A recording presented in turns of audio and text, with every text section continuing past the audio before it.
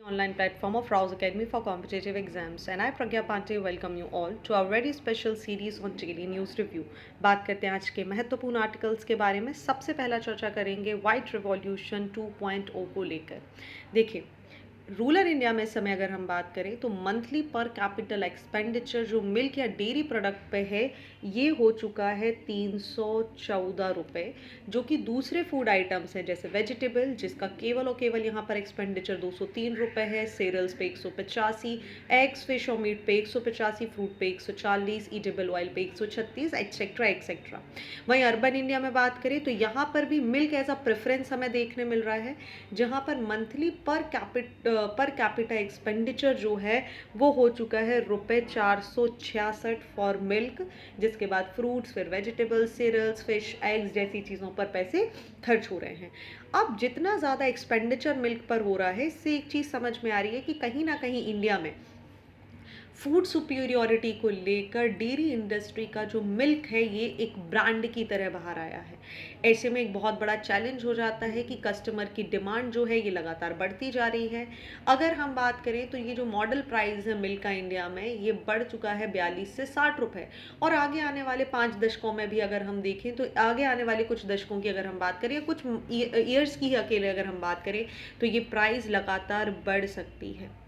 दूसरा चैलेंज क्या है कि चलिए इन्फ्लेशन तो हमें देखने मिल रहा है कि इन्फ्लेशन की वजह से यहाँ पर प्राइस बढ़ रहा है। दूसरी सबसे बड़ी प्रॉब्लम है जो है rising cost of fodder, feed and raw material जिसका डेयरी प्रोडक्शन में इस्तेमाल किया जाता है। अब आप देखिए जब इनका प्राइस यहाँ पर हाई होगा तो बाय डिफ़ॉल्ट जो लास्ट प्रोडक्ट है उसका भी प्राइस यहाँ पर हाई हो जाएगा।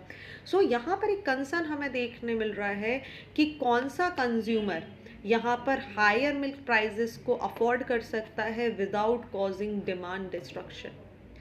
सो सॉल्यूशन क्या है? देखिए, सबसे पहले तो फार्मर इनकम्स को बढ़ाना होगा, जहाँ पर डोमेस्टिक डिमांड को बिल्कुल भी कॉम्प्रोमाइज़ करने की ज़रूरत नहीं है कि भाई ठीक है हम ग्लोबल कॉम्पिटिटिवनेस को देखना चाहते हैं बट हम अपने ही कंज्यूमर को यहाँ पर नहीं रहे। पहली चीज़ तो ये। दूसरा, जेनेटिक इम्प्रूवमेंट करनी होगी, ब्रीडिंग टेक्नोलॉजीज़ लानी होंगी सो दैट ज़्यादा से ज़्यादा अगर हम बात करें तो यहाँ पर मिल्क प्रोडक्शन किया जा सके। दूसरा, यहाँ पर हमें sex sorted semen for female calves करना होगा। ये जो यूज़ है सेक्स सॉर्टेड सीमन ये इंक्रीज़ कर देता है प्रोबेबिलिटी की फीमेल काव्स की vital for the future milk production. Amul जो कि एक प्रोमिनेंट कोऑपरेटिव है ये ऑलरेडी इम्प्लीमेंट कर चुका है SS semen in 20.5% of artificial insemination, और अभी इसका ये जो टारगेट है ये 30% करने तक का है बाय दी 24-25। तीसरा इसका एक और सॉल्यूशन आ सकता है which is the embryo transfer technology. ET technology maximise कर देती है potential of high genetic merits in cows, जिसकी वजह से मल्टीपल ऑस्प्रिंग्स हो सकते हैं with superior milking capability. So ET यहाँ पर स्टिमुलेट कर देती है गाय को to release multiple ova, fertilize them with superior bull semen and transferring resulting embryo to recipient animal। इस प्रोसेस के साथ इसमें 6 प्रोसीजर्स यहाँ पर होती हैं और 33 से 35% कंसेप्शन रेट हमें देखने मिलता है, और 6 वायबल एम्ब्रियो पर प्रोसीजर यहाँ पर देखने के लिए मिल जाते हैं। दैट मीन्स एचजीएम का इस्तेमाल करके 12 काव्स को प्रत्येक साल सिंगल एचजीएम काउ से लिया जा सकता है। फोर्थ, यहाँ पर एक और चीज़ की बात की जा रही है वो है in vitro fertilisation. IVF represent कर देता है मोर रिसेंट टेक्नोलॉजिकल एडवांसमेंट को, स्पेशली अगर हम बात करें तो direct extraction of the oocytes from the cow's ovary. जो मैच्योर ओवा है उनको फर्टिलाइज किया जाता है विट्रो में आउटसाइड द काउज बॉडी, जिसकी वजह से ये जो प्रोडक्शन है वो मल्टीपल एम्ब्रियो में भी किया जा सकता है। विद 20 प्रोसीजर 5 वायबल एम्ब्रियोज पर प्रोसीजर 33 से 35% का इसका कंसेप्शन रेट है, और इसकी वजह से 33 से 35 काव्स पर donor cow per year significantly हमें देखने के लिए मिल सकते हैं, जो कि नेचुरल ब्रीडिंग आउटकम का बहुत ज़्यादा हिस्सा बनाते हैं। So that is why all these become firstly very important. Next अगर हम बात करें इकोनॉमिक इम्पैक्ट की और सस्टेनेबिलिटी को लेकर, तो इन टेक्नोलॉजीज़ को इम्प्लीमेंट करना कहीं ना कहीं बढ़ा सकता है वाइट रिवॉल्यूशन 2.0 को। जब आप वाइट रिवॉल्यूशन की बात करें तो आप सभी को पता है हम बात कर रहे हैं मिल्क प्रोडक्शन को लेकर, जहाँ पर इंक्रीज इंक्रीज मिल्क प्रोडक्शन करना हो, इम्प्रूव्ड इकोनॉमिक आउटकम चाहिए हो for the farmers and the sustainability of the dairies industry. So important क्यों है? देखिए, फ्यूचर प्रोस्पेक्ट को ध्यान में रखते हुए चलें तो लगातार यहाँ पर डिमांड बढ़ती जा रही है, ऐसे में इनका होना बहुत ज़रूरी है। और आपको याद है वाइट रिवॉल्यूशन इंडिया में एक और नाम से जाना जाता है ऑपरेशन फ्लड, 1970 के आसपास इसको शुरू किया गया था by the doctor Varghese Kurien, जिसे इसका प्रणेता भी कहा जाता है, father of white revolution. So white revolution 2.0 की अगर हम बात करें तो why it becomes very important, पहली चीज़ तो है लगातार होता हुआ इन्फ्लेशन, ठीक है, इन्फ्लेशन की वजह से इसको बढ़ाया जा रहा है। दूसरी चीज़ बात करें तो रिडक्शन इन डिमांड, लगातार हायर प्राइसेस हो रही हैं जिसकी वजह से कंज्यूमर यहाँ पर डिमांड नहीं कर पा रहे हैं, मिल्क कंजम्पशन यहाँ पर हैम्पर हो रहा है। सो डेयरी प्रोडक्ट को मेंटेन करने के लिए भी इट बिकम्स वेरी इंपॉर्टेंट। साथ ही जो प्रोडक्शन कॉस्ट बढ़ रही हैं, जैसे जो फॉडर, फीड, रॉ मटेरियल, इन सब की एक सिग्निफिकेंट इंक्रीज़ है, ऐसे में भी ज़रूरत है वाइट रिवॉल्यूशन की लाने की। और सबसे इम्पॉर्टेंट है कंज्यूमर पर पड़ता हुआ इन्फ्लेशन का इम्पैक्ट। अब गवर्नमेंट ऑफ इंडिया क्या कर रही है कि मिल्क प्रोडक्शन को प्रमोट किया जा सके, तो सबसे पहले आप याद रखेंगे इस पूरी राम कहानी में कि भाई इंडिया शुरू कर चुका है गोकुल मिशन, ठीक है, 2014 में से शुरू किया गया था, जिसका मुख्य उद्देश्य था कि कंजर्व करना है और डेवलप करना है इंडिजीनियस ब्रीड को, ताकि जेनेटिक मेकअप के सहायता से इनको बढ़ावा दिया जा सके। इसी के साथ ही ई पशु हाट भी शुरू यहाँ पर किया गया था, एक ई मार्केट पोर्टल है जो कि कनेक्ट कर रहा है ब्रीडर्स को फार्मर से, ताकि एक क्वालिटी प्रोवाइड की जा सके disease free bovine germ plasm की। साथ ही पशु संजीवनी यहाँ पर शुरू किया गया है। पशु संजीवनी की अगर हम बात कर रहे हैं तो एनिमल वेलनेस प्रोग्राम है, जिसका मुख्य उद्देश्य एनिमल हेल्थ की, कार्ड्स की, अगर हम बात करें यूआईडी इन्फेक्शन वगैरह की आइडेंटिफिकेशन की, इसको दूर करना और इसे कंट्रोल करना।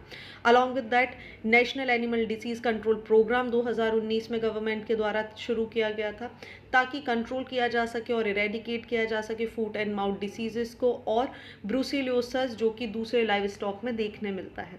Along with that government of India ने इनिशिएट किया है animal husbandry infrastructure development fund, national dairy development board, जिसको 1965 से इंडिया चला रहा है, ताकि मिल्क प्रोडक्शन को इम्प्रूव किया जा सके, राइट। तो ये सारी चीज़ें आपको 2.0 में देखने मिल रही हैं, जो कि गवर्नमेंट की इनिशिएटिव है, ताकि आवश्यकता अनुसार मिल्क के प्रोडक्शन को बढ़ती हुई डिमांड को देखकर कंप्लीट किया जा सके।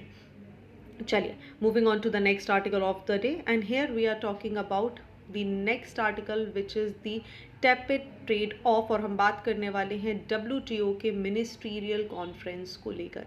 देखिए, रिसेंटली 13th मिनिस्ट्रियल कॉन्फ्रेंस यहाँ पर कंप्लीट हुई है, जिसे हम MC13 भी लिखते हैं, तो आप कंफ्यूज नहीं होइएगा। वर्ल्ड ट्रेड ऑर्गेनाइजेशन की ये मीटिंग थी अबू धाबी में, जिसे कंप्लीट किया गया है, और यहाँ पर ग्लोबल ट्रेड के जितनी भी इशूज़ हैं उस पर चर्चा की गई है। ओके, सो पहली चीज़ आपको क्लियर हो गई कि क्या बातें यहाँ पर हुई हैं। तो सबसे पहले यहाँ पर बोला जा रहा है एक सस्टेनेबल ग्लोबल ट्रेडिंग सिस्टम में जो बढ़ती हुई प्रॉब्लम्स हैं, उसके कारण जो इम्पैक्ट है उसको एड्रेस करने की बात की जा रही है। शिपमेंट रूट्स में जो इश्यूज आते हैं उनको यहाँ पर एड्रेस किया गया है। क्या प्रॉब्लम है, क्या सप्लाई चेन यहाँ पर हैम्पर हो रहा है, specially with the presence of China, ये सारी चीज़ें भी यहाँ पर डिस्कस हुई हैं।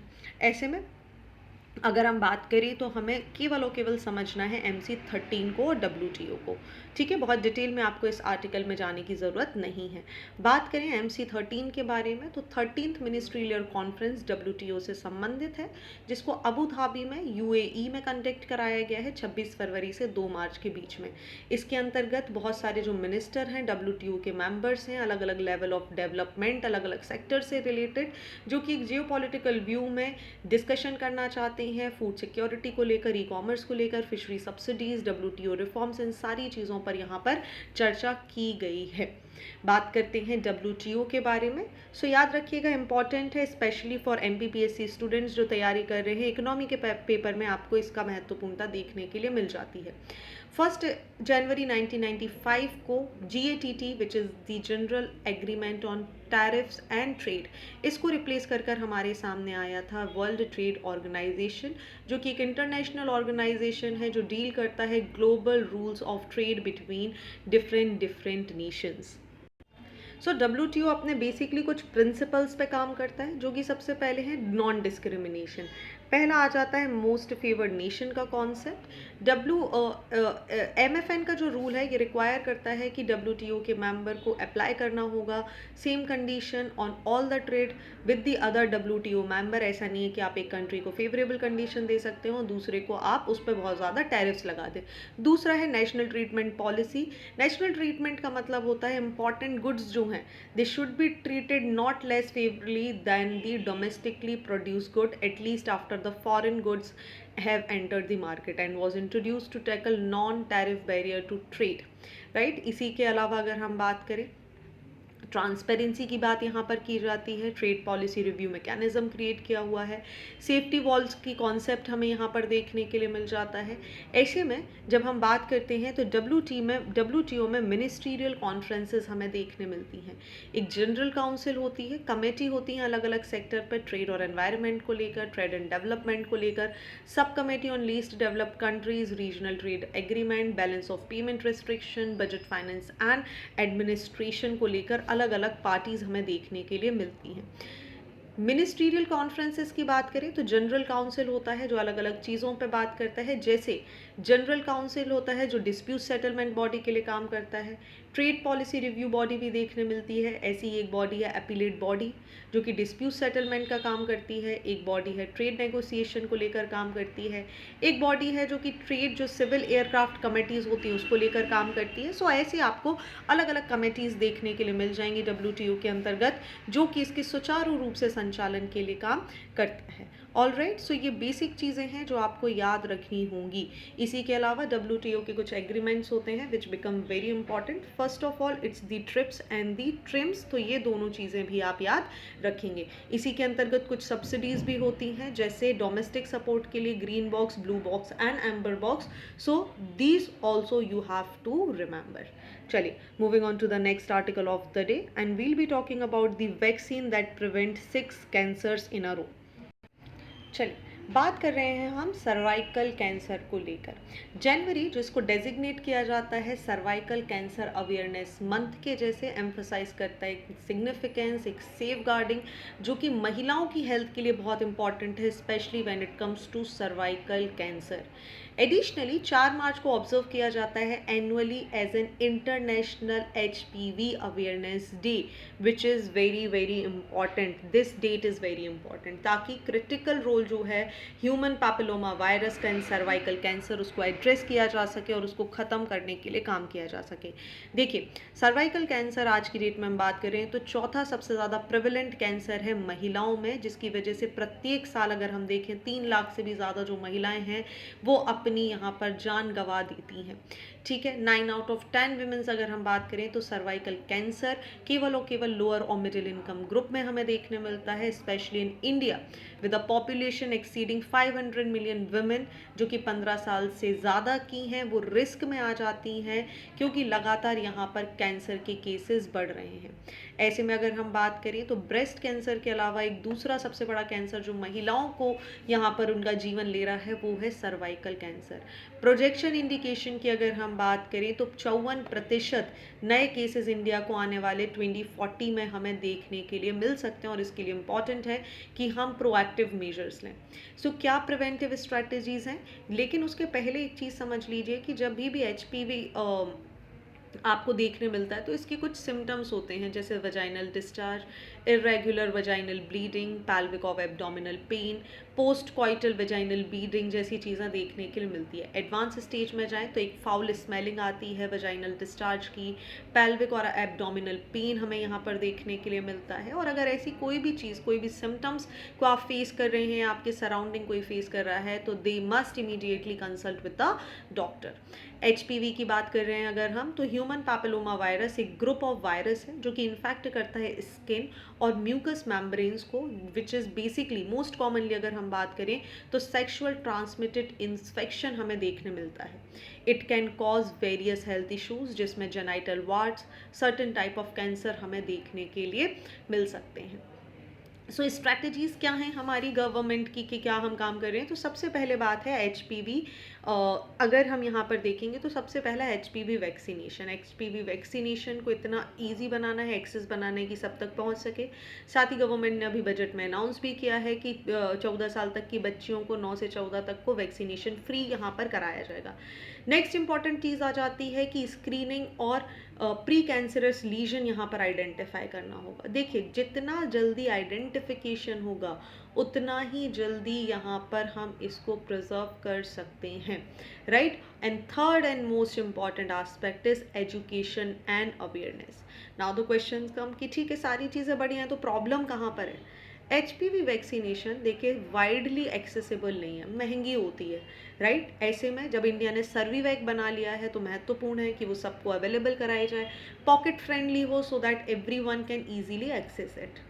दूसरा अगर हम बात करें तो कहीं ना कहीं एक मिसकंसेप्शन है फिजिशियंस में। कुछ फिजिशियन अंडर एस्टिमेट करते हैं इस रिस्क ऑफ सर्वाइकल कैंसर को, वहीं इसकी सेफ्टी और इफेक्टिवनेस पे भी क्वेश्चन लगाए जाते हैं। वहीं कुछ का मानना है कि नहीं, बढ़िया है, कोई प्रॉब्लम नहीं है। ऐसे में और तीसरी हो जाती है पेरेंटल हेजिटेशन। मिस इन्फॉर्मेशन है कि भाई अगर आप वैक्सीन लगवा लेंगे तो इसकी वजह से आप देखिए वैक्सीन की वजह से एडोलेसेंस गर्ल में बहुत सारी प्रॉब्लम हो सकती है, उनको वो हो सकता है प्रेग्नेंट ना हो या दूसरी चीज़ें जिसकी वजह से एक प्रॉब्लम हमें देखने मिलती है, राइट। तो ये एक सबसे इम्पॉर्टेंट चीज़ है जिसको हमें दूर करना ज़रूरी है। सो एचपीवी वैक्सीनेशन की अगर हम बात करें तो सबसे पहले हमें ये जानना ज़रूरी है ये सेफ है और इफ़ेक्टिव है 6 टाइप के एचपीवी को लेकर, जिसमें हम cervical, vulvar, anal, vaginal, throat और सर्वाइकल कैंसर, ये 6 कैंसर यहाँ पर आ जाते हैं।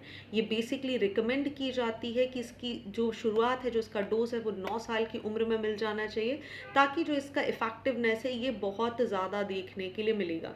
वहीं एचपीवी वैक्सीनेशन एक एसेंशियल कॉम्पोनेंट है ताकि इम्यूनाइजेशन किया जा सके by the Indian academy of paediatric. ठीक है, तो ये पहली चीज़ें आपको समझनी होंगी। नाउ द कम्स कि क्या बेस्ट प्रैक्टिस है एचपीवी वैक्सीनेशन की या सर्वाइकल कैंसर के प्रिवेंशन की, ऐसी क्या चीज़ें की जा सकती हैं। तो समझिए, effective communication is very important. चीज़ों को समझना होगा, भ्रांतियों को दूर करना होगा। दूसरी सबसे इम्पॉर्टेंट चीज़ है कि एक टाइमली वैक्सीनेशन किया जाए, जो कि जिसकी शुरुआत होगी 9 साल की उम्र में। वैक्सीनेशन को इनकरेज किया जाए before sexual activity begins for maximum effectiveness. That means जब इसका ट्रांसमिशन हो सकता है उसके पहले ही इसे प्रिवेंट करना होगा। इम्यूनाइजेशन का पार्ट बनाना होगा, कोलैबोरेट करना होगा अलग अलग पॉलिसी मेकर्स के साथ, ताकि वैक्सीनेशन को सब तक पहुंचाया जा सके। साथ ही एम्फेसाइज करना होगा हमें सर्वाइकल कैंसर की स्क्रीनिंग को for women over 30 years of age. ऐसे में हमें पैप स्मीयर, ठीक है, let me write it here, pap smear, pap smears या एचपीवी डीएनए टेस्ट को इजी करना होगा। अब अगर आपको पैप स्मीयर नहीं समझ आ रहा है तो पहली चीज़ समझ लीजिए, एक स्क्रीनिंग प्रोसीजर है जो कि सर्वाइकल कैंसर के लिए की जाती है, जहाँ पर सेल्स को सर्वाइक्स से यहाँ से लिया जाता है और उनको एग्जामाइन किया जाता है कि क्या यहाँ पर कोई कैंसेरियस चेंजेस तो नहीं हो रही हैं।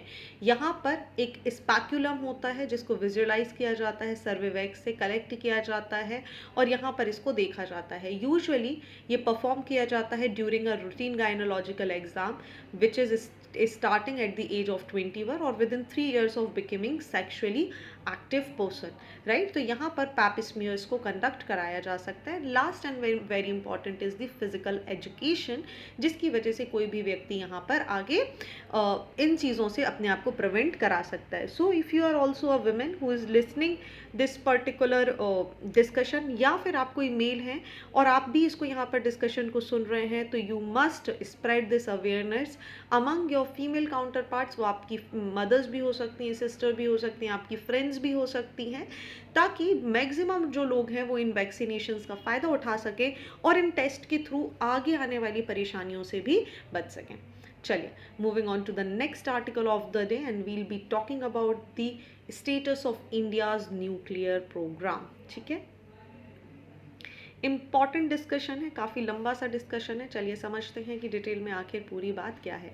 देखिए, प्राइम मिनिस्टर, हमारे जो प्राइम मिनिस्टर हैं, इन्होंने एक हिस्टोरिक मोमेंट यहाँ पर मार्क किया है इंडिया के न्यूक्लियर प्रोग्राम में 4 मार्च को, जहाँ पर इन्होंने कॉमेंसेंट किया था core loading of the indigenous prototype which is the fast breeder reactor at Madras atomic power station in Kalpakkam Tamil Nadu. ठीक है, सबसे पहले समझ लेते हैं PFBR। एक फिशर, अगर हम बात करें, ये एक फिसाइल फ्यूल प्रोसीजर है। PFBR एक ग्राउंड ब्रेकिंग मशीन है जिसको डिज़ाइन किया गया है ताकि ज़्यादा से ज़्यादा न्यूक्लियर फ्यूल को जनरेट किया जा सके जितना उसको कंज्यूम किया जा रहा है उसके मुकाबले, सिग्निफाइंग कि एक सिग्निफिकेंट माइलस्टोन है इंडिया के न्यूक्लियर पावर स्ट्रैटेजी को लेकर। ये जो सक्सेसफुल ऑपरेशनलाइजेशन हुआ है PFBR का, ये मार्क कर रहा है initiation of stage 2 in India 3 stage nuclear programme. अब आपको सबसे पहले तो देखिए 3 स्टेज न्यूक्लियर पावर प्रोग्राम समझना होगा, तब तो आप आगे की चीज़ें यहाँ पर समझ पाएंगे। देखिए 3 स्टेज कौन कौन सी हैं, सबसे पहले समझ लीजिए कि इंडिया ने जब 3 स्टेज न्यूक्लियर पावर प्रोग्राम को स्टार्ट किया था तो इसको वेल नोन फिजिशियन जो हैं हमारे होमी जहांगीर भाभा, इन्होंने 1950 में शुरू किया था ताकि India long term energy security, independence और सस्टेनेबल डेवलपमेंट की ओर जा सके through the use of uranium and vast thorium reserve. 3 stages कौन कौन सी है? पहला, natural uranium fuelled pressurised heavy water reactors.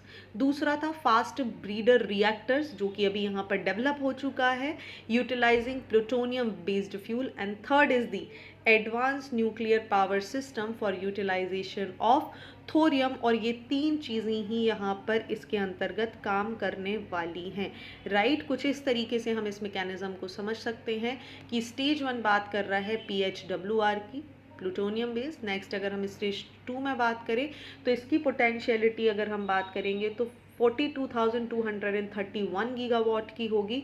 वहीं स्टेज 3 की बात करेंगे तो 1,55,502 गीगावाट की इसकी एक ब्रीडर रिएक्टर्स की हमें स्पीड देखने के लिए मिलेगी। चलिए, तो coming back on to the point, हम जहाँ पर डिस्कशन करने वाले थे, तो ये 3 स्टेज आपको आई गेस क्लियर हो चुकी हैं। नहीं क्लियर हुई हैं तो let me show it to you again, because ये 3 स्टेज के अलावा आप बाकी की कहानी नहीं समझ पाएंगे। तो स्टेज 1 जैसा मैंने आपको बताया था PHWR और नेचुरल यूरेनियम से संबंधित है, जहाँ पर इंडिया का कोशिश कर रहा है, जो कर चुका है already achieve, heavy water reactors की और नेचुरल यूरेनियम 238 U238 से यहाँ पर काम करने की।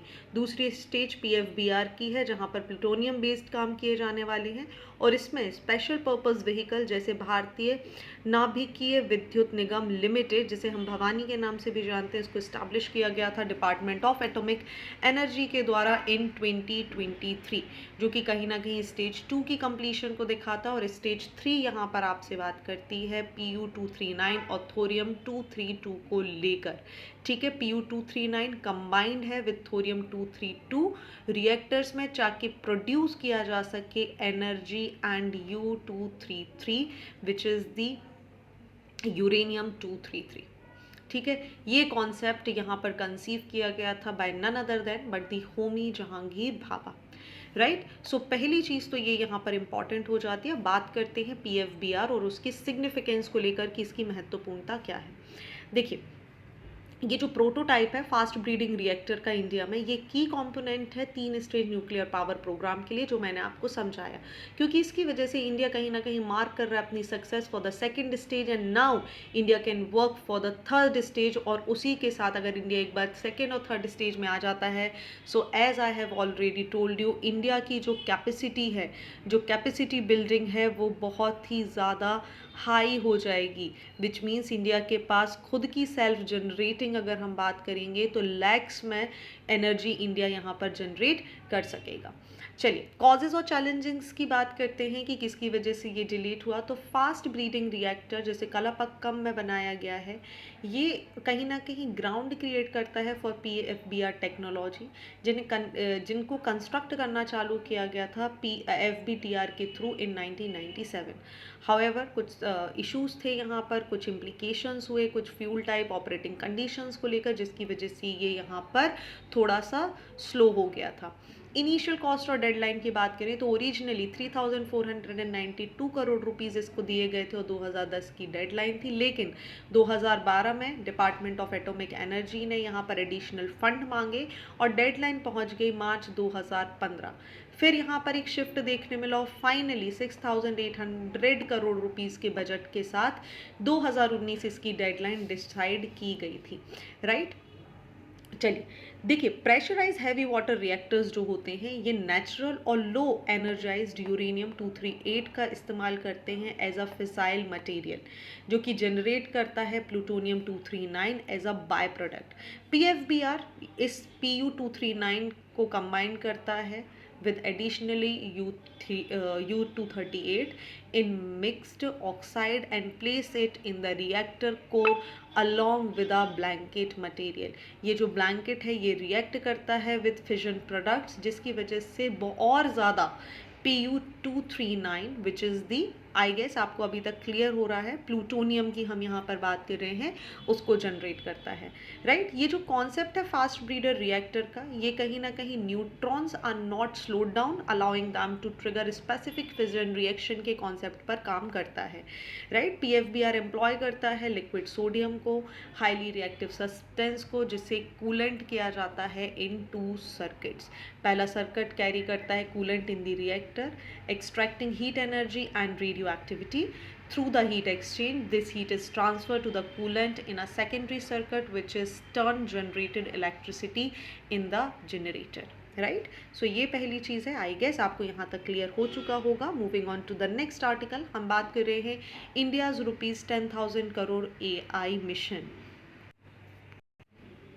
चलिए, यूनियन कैबिनेट ने अप्रूव कर दिया है comprehensive national India AI mission with a budget outlay of ₹10,371.92 crore rupees for the upcoming 5 years, जो कि एक सिग्निफिकेंट स्टेप है कि किस तरीके से इंडिया बूस्ट करना चाहता है इंडिया के AI इकोसिस्टम को लेकर। इस मिशन की हाईलाइट की बात करें तो सबसे पहले समझ लीजिए ministry of electronics and information technology ने इसकी शुरुआत करी है। इसका मुख्य काम है ये इंश्योर करना कि स्ट्रक्चरल इम्प्लीमेंटेशन जो इंडिया के AI मिशन का है through a public private partnership model, उसको किस तरीके से नर्चर किया जा सकते हैं for the India's AI innovation ecosystem. Implementing agency की बात करें तो यहाँ पर independent business division under the digital India corporation इसके लिए काम करेगी। इस मिशन के कंपोनेंट्स को समझें तो सबसे पहले ये इंडिया की कंप्यूट कैपेसिटी को बढ़ाने के लिए, मतलब इंफ्रास्ट्रक्चर जो है 10,000 और उससे भी ज़्यादा ग्राफिक प्रोसेसिंग यूनिट्स को बनाने के लिए through the public private partnership के लिए काम करेगा। साथ ही यहाँ पर एक डेवलपमेंट किया जाएगा और डिप्लॉयमेंट किया जाएगा indigenous large multi modal models का, ताकि डोमेन स्पेसिफिक फाउंडेशनल मॉडल्स को क्रिएट किया जा सके। नेक्स्ट अगर हम बात करें तो ये एक वन स्टॉप सॉल्यूशन प्रोवाइड करेगा for the seamless access to non personal data sheet to Indians startup and researchers. Next यहाँ पर ये प्रमोट करेगा AI एप्लीकेशन को in critical sector for the problem sourced from the central ministries, state departments and the other institution, and then focus on the developing, scaling, promoting the adoption of impactful AI solution for large scale socio-economic transformation। Next India की future skills जो हैं उनको यहाँ पर create करेगा। PhD programmes यहाँ पर बढ़ाए जाएंगे, under graduate master level degrees पर यहाँ पर काम करने की बात की जाएगी। टायर 2 टायर 3 सिटीज़ में AI लैब्स को यहाँ पर लाया जाएगा ताकि इंडिया के लिए एक रोबस्ट मैकेनिज्म क्रिएट किया जा सके। साथ ही ये अलाउ करेगा कि हम एक रिस्पॉन्सिबल AI प्रोजेक्ट को शुरू करें, जो कि ना केवल हमारे इंडिजीनियस टूल और फ्रेमवर्क को डेवलप करने के लिए काम करे, बल्कि self checklist for innovators को बढ़ाए, गवर्नमेंट के फ्रेमवर्क के अनुसार हो, सेफ हो और ट्रस्टेड यहाँ पर हो। इम्पॉर्टेंट क्यों हो जाता है? देखिए, इंडिया के लिए कहीं ना कहीं भविष्य में बहुत सारे इनिशिएटिव हैं। जैसे आपको याद होगा इंडिया AI नीति आयोग का एक कंट्रीब्यूशन यहाँ पर समझिए। इंडिया AI एक नॉलेज पोर्टल है जो कि रिसर्च ऑर्गेनाइजेशन और इकोसिस्टम बिल्डिंग इनिशिएटिव के थ्रू 28 मई 2020 को शुरू किया गया था, ताकि इंडिया के AI सिस्टम को बढ़ाया जा सके। और इसी के लिए जॉइंट वेंचर था ये ministry of electronic and information technology का, नेशनल गवर्नमेंट्स डिवीजन का और national association of software and services company का। NITI Aayog national strategy for artificial intelligence के साथ यहाँ पर आया ताकि इंडिया के लिए एक स्पेसिफिक क्लाउड कंप्यूटिंग इंफ्रास्ट्रक्चर, जिसे हम ऐरावत ऐसे याद रखिएगा, AIRAWAT, इसका यहाँ पर इम्प्लीमेंटेशन किया जा सके। राइट, तो ये कुछ शब्द हैं जो आप यहाँ पर पढ़ लेंगे। सबसे पहले ऐरावत आपके लिए इम्पॉर्टेंट हो जाएगा। क्लाउड सिस्टम है जिसे कौन शुरू कर रहा है, AI स्पेसिफिक है और नीति आयोग के द्वारा इंडिया के लिए इसको शुरू किया जा रहा है। Alright, चलिए moving on to the last article of the day, and we'll be discussing about the gender equality as the plank of sustainable development. चलिए आर्टिकल की बात करें तो समझ लीजिए थोड़ा सा कॉन्टेक्स्ट कि आर्टिकल हाईलाइट कर रहा है overlooked intersection between gender equality and sustainable energy development, और साथ ही यहाँ पर बात की जा रही है एम्फसाइज करने की, which is the okay give me a second please. I guess there is a mistake. मैं जब आपको AI समझा रही थी तो आपके सामने ये स्लाइड ओपन हो गई थी, विच इज़ कम्प्लीटली रॉन्ग। इस पर्टिकुलर AI का जितना भी हम डिस्कशन कर रहे थे, the correct clip is that. So what you can do, आप यहाँ पर डिस्कशन का वीडियो, आप डिस्कशन को एक PDF फॉर्मेट में भी डाउनलोड कर सकते हैं, जहाँ पर आपको ये पूरा का पूरा डेटा क्लियर हो जाएगा। चलिए बात करते हैं वापस से इस पर्टिकुलर आर्टिकल के बारे में। सो ये आर्टिकल हाईलाइट कर रहा है जो हमारा इंटरसेक्शन है between the gender equality and sustainable energy development, उसको लेकर, और कहीं ना कहीं बात की जा रही है वुमेन का जो रोल है एनर्जी सेक्टर में, उसके बारे में भी। देखिए एक डिस्कशन लगातार चल रहा है जेंडर इक्वालिटी और वुमेन एम्पावरमेंट को एज अ क्रूशियल सोसाइटल गोल। ये जो इंटरेक्शन है जेंडर इक्वालिटी और सस्टेनेबल एनर्जी डेवलपमेंट में, ये कहीं ना कहीं ओवरलुक कर दिया जाता है by the different sustainable development, जो कि एक सस्टेनेबल डेवलपमेंट गोल है जिसे अलग अलग लोगों द्वारा अवॉइड कर दिया जाता है। कहाँ पर बात कर रहे हैं, आपको याद होगा SDG 5 की अगर हम बात करें, जो कि जेंडर इक्वालिटी की बात कर रहा है, SDG 7 की बात करें क्लीन और अफोर्डेबल एनर्जी की बात कर रहा है, SDG 12 की बात करें तो क्लाइमेट एक्शन की बात कर रहा है। ये सभी आपस में इंटरलिंक हैं जो कि हाईलाइट करते हैं एक integral role of gender equality in sustainable development. Women की बात करें तो एक सिग्निफिकेंट कंट्रीब्यूशन है एनर्जी सेक्टर में, प्रोडक्शन और कंजम्पशन में भी, बट बहुत सारी चीज़ें हैं जो महिलाओं को लिमिट कर देती हैं इन पार्टिसिपेटिंग इन एनर्जी सेक्टर, जो कि कहीं ना कहीं इकोनॉमिक ग्रोथ तो हमारी हो रही है, लेकिन एनवायरमेंटल सस्टेनेबिलिटी के साथ या हम SDG गोल्स के साथ देखें तो महिलाओं की ग्रोथ हमें देखने के लिए नहीं मिलती। वुमेन कई बार मैनेज करती हैं हाउस होल्ड एनर्जी को, but energy infrastructure tend to reach them last, which is also one of the case. So lack of access modern energy forces यहाँ पर कहीं ना कहीं हार्मफुल अल्टरनेट इन्हें चूज़ करने के लिए मजबूर कर देती है, जैसे गोबर का इस्तेमाल है, कंडे का इस्तेमाल है, लकड़ी का इस्तेमाल है, कैरोसिन का इस्तेमाल है, बट जो एक्चुअल एनर्जी सोर्स है विच इज़ द LPG, वो सब तक नहीं पहुँच पा रहा। ऐसे में house hold air pollution, traditional energy sources की वजह से लगभग 3.2 मिलियन प्रीमेच्योर डेथ हमें देखने मिलती हैं, जिसमें 60% डायरेक्टली महिलाएं होती हैं, और ये डाटा कहीं और से नहीं, वर्ल्ड हेल्थ ऑर्गेनाइजेशन का ही डेटा है। इसीलिए हम बोलते हैं कि केवल और केवल भारत में 10% महिलाएं आज भी आप देखेंगे तो टेक्निकल पोस्ट है एनर्जी सेक्टर में, और बाकी जगह पर नहीं देखने मिलेंगी। एनर्जी सेक्टर आज की डेट में लीस्ट जेंडर डाइवर्स है, जहाँ पर विमेन केवल और केवल 32% हमें देखने मिलती हैं रिन्यूएबल में, और 22% ओवरऑल, और compare to 48% globally. Problem educational disparity, limited technical training opportunities, inequitable company policies, gender gap, sales में बहुत ज़्यादा रोल नहीं होना, सारी चीज़ें इसके अंतर्गत हमें देखने के लिए मिलती हैं। इम्पैक्ट क्या हो जाते हैं, देखिए हमें अपनी कुछ पॉलिसीज़ को इस तरीके से लेकर आना होगा जहां पर हम एम्पावर कर सके महिलाओं को। जैसे आपको याद होगा डिस्ट्रीब्यूटेड रिन्यूएबल एनर्जी इनिशिएटिव, जैसे सोलर मामास इंडिया में शुरू किया गया है, जो कि महिलाओं को एम्पावर कर रहा है by providing affordable energy access and skill training.